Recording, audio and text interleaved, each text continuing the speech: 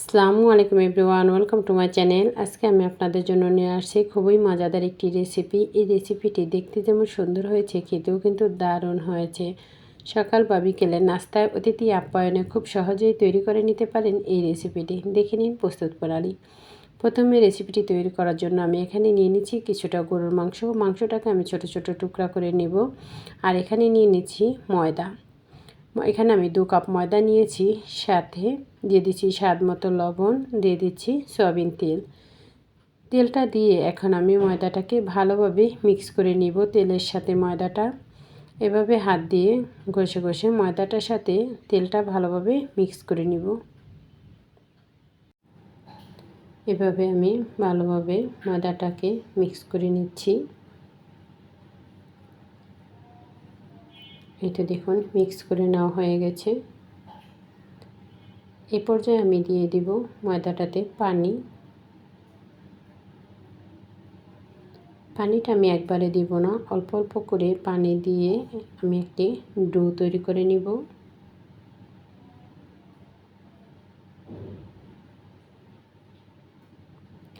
এভাবে আমি ভালোভাবে ময়দাটাকে মথে নিয়ে, এই তো দেখুন একটি ডো তৈরি করে নিয়েছি। এটাকে আমি আবারও একটু ভালোভাবে মথে নিয়ে সামান্য একটু তেল দিয়ে এটাকে আমি আধা ঘন্টার জন্য রেস্টে রেখে দিব।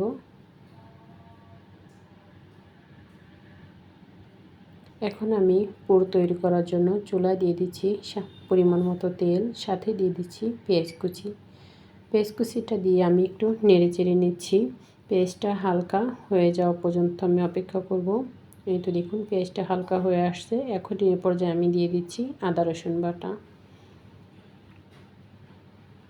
সাথে দিয়ে দিচ্ছি স্বাদ মতো লবণ, এলাচ গুঁড়ো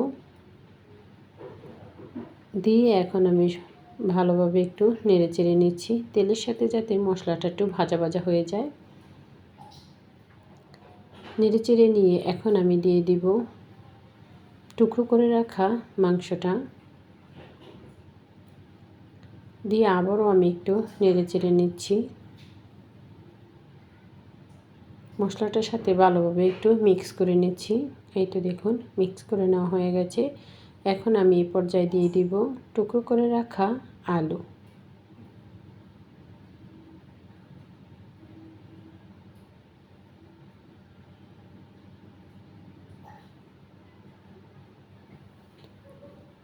সাথে দিয়ে দিচ্ছি কাঁচামরিচ কুচি। দিয়ে এখন আমি ভালোভাবে একটু নেড়ে চেড়ে নিব। এভাবে নেড়ে চেড়ে নিয়ে আমি কিছুক্ষণ ঢাকনা দিয়ে ঢেকে রেখে দিব, যাতে এটা সিদ্ধ হয়ে যায়। কিছুক্ষণ পরে ঢাকনাটা খুলে আবারও আমি একটু নেড়ে চেড়ে নিব। এই তো দেখুন মাংসটা থেকে অনেকটা পানি বেরিয়ে আসছে। এখন আমি আবারও একটু নেড়ে চেড়ে নিচ্ছি। নেড়ে চেড়ে নিয়ে এখন আমি এ পর্যায়ে দিয়ে দিব গাজর কুচি, ক্যাপসিকাম কুচি দিয়ে এখন আমি সবগুলো উপকরণ আবারও ভালোভাবে মিক্স করে নিচ্ছি।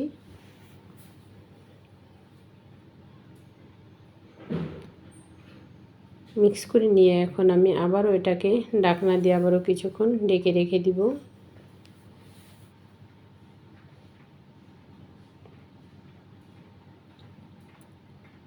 কিছুক্ষণ পরে ঢাকনাটা খুলে আবারও আমি একটু নেড়ে চেড়ে নিব।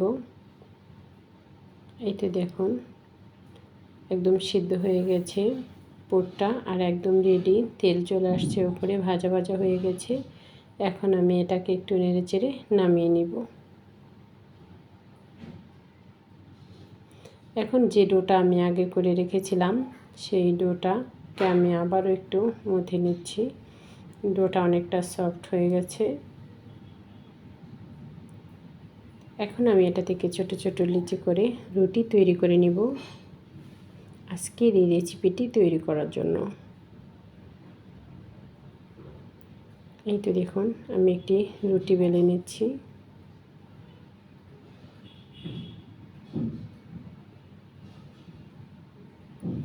এভাবে আমি গোল আকারে একটি রুটি তৈরি করে নিচ্ছি।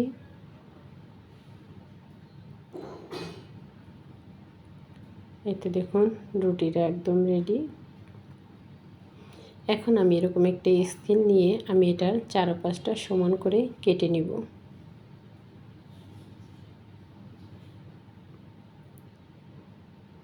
এভাবে চারপাশটা আমি সমান করে কেটে নেব।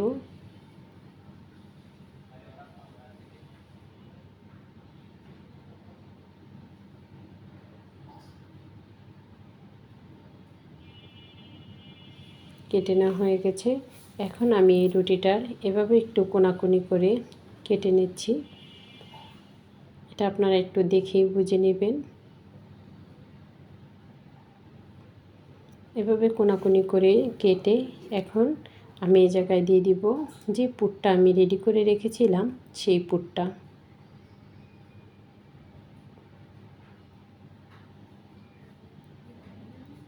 এখানে আমি অনেকটাই পুর দিয়ে দিব। দিয়ে এখন আমি এটার চারপাশটা একটু পানি লাগিয়ে নিব। তো দেখুন এভাবে আমি চারপাশটা একটু পানি লাগিয়ে নিচ্ছি, যাতে যখন ভাজ দিব পাশটা খুলে না যায় আর ভাজার সময় এই পুরটা তেলের ভিতরে বেরিয়ে না আসে। এভাবে হাত দিয়ে একটু আমি চেপে চেপে এটার চারপাশটা আমি বন্ধ করে দিচ্ছি। এই তো দেখুন এটার চারপাশটা আমি বন্ধ করে দিচ্ছি। এখন আমি এটাকে এরকম ছাট করে লম্বালম্বি করে কেটে নিচ্ছি। এটার যে দুটো সাইড আছে দোনো সাইডটাই আমি এভাবে কেটে নিচ্ছি। কেটে নিয়ে এক পাশ থেকে এই পাশে আমি দিয়ে দিচ্ছি একটি করে বাজ।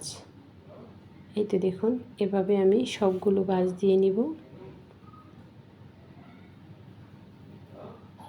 এখন আমি এই সাইডেও আবার একটু পানি লাগিয়ে নিচ্ছি, যে আমি ভাজটি যখন দিব যাতে বাজটা সুন্দরভাবে লেগে যায়।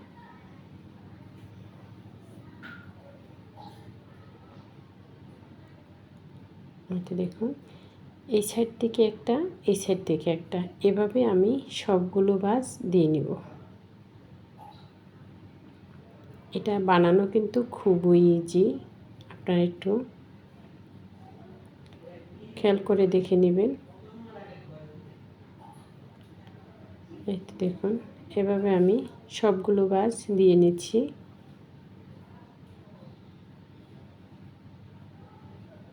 আর এটা দেখতে কতটা সুন্দর হয়েছে দেখুন।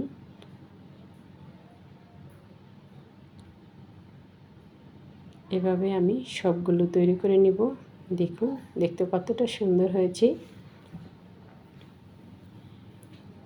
এভাবে আমি সবগুলো বানিয়ে নিয়েছি। এখন আমি এগুলাকে তেলে ভেজে নিব। এগুলো ভাজার জন্য আমি চুলায় দিয়ে দিচ্ছি তেল পরিমাণ মতো। তেলটা যখন গরম হয়ে আসবে তখন আমি এগুলাকে ভেজে নেব। এই তো দেখুন তেলটা যখন হালকা গরম হয়ে আসছে তখন আমি এগুলোকে দিয়ে দিচ্ছি তেলের ভিতরে। দিয়ে চুলার আঁচটা মিডিয়ামে রেখে আমি এগুলোকে ভেজে নিব। একটা পার্ট হয়ে যাওয়া পর্যন্ত আমি অপেক্ষা করব। এই তো দেখুন এটা কত সুন্দরভাবে ফুলে উঠেছে আর দেখতে কতটা সুন্দর হয়েছে। এখন আমি এগুলাকে একটু উল্টিয়ে নিচ্ছি। এভাবে আমি সবগুলোকে উল্টিয়ে দিব। এভাবে 2-3 বার করে আমি এগুলাকে এপিট ওপিট করে একটু ভেজে নিব, যতক্ষণ না পর্যন্ত এটা সুন্দর একটা কালার চলে আসে।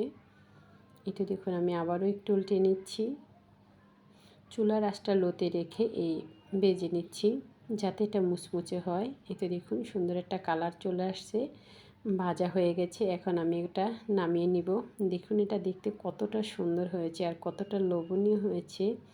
এটা দেখতে যেমন সুন্দর হয়েছে খেতেও কিন্তু দারুণ হয়েছে। ছোট বড় সবাই খেতে পছন্দ করবে এই রেসিপিটি। সকাল বা বিকেলের নাস্তায় অতিথি আপ্যায়নে খুব সহজেই তৈরি করে নিতে পারেন এই রেসিপিটি। দেখুন এটা কতটা মুচমুচে হয়েছে আর কতটা লোভনীয় হয়েছে। আপনারা একবার হলো বাসায় তৈরি করবেন এই রেসিপিটি। সবাই ভালো থাকবেন। আল্লাহ হাফেজ সবাইকে।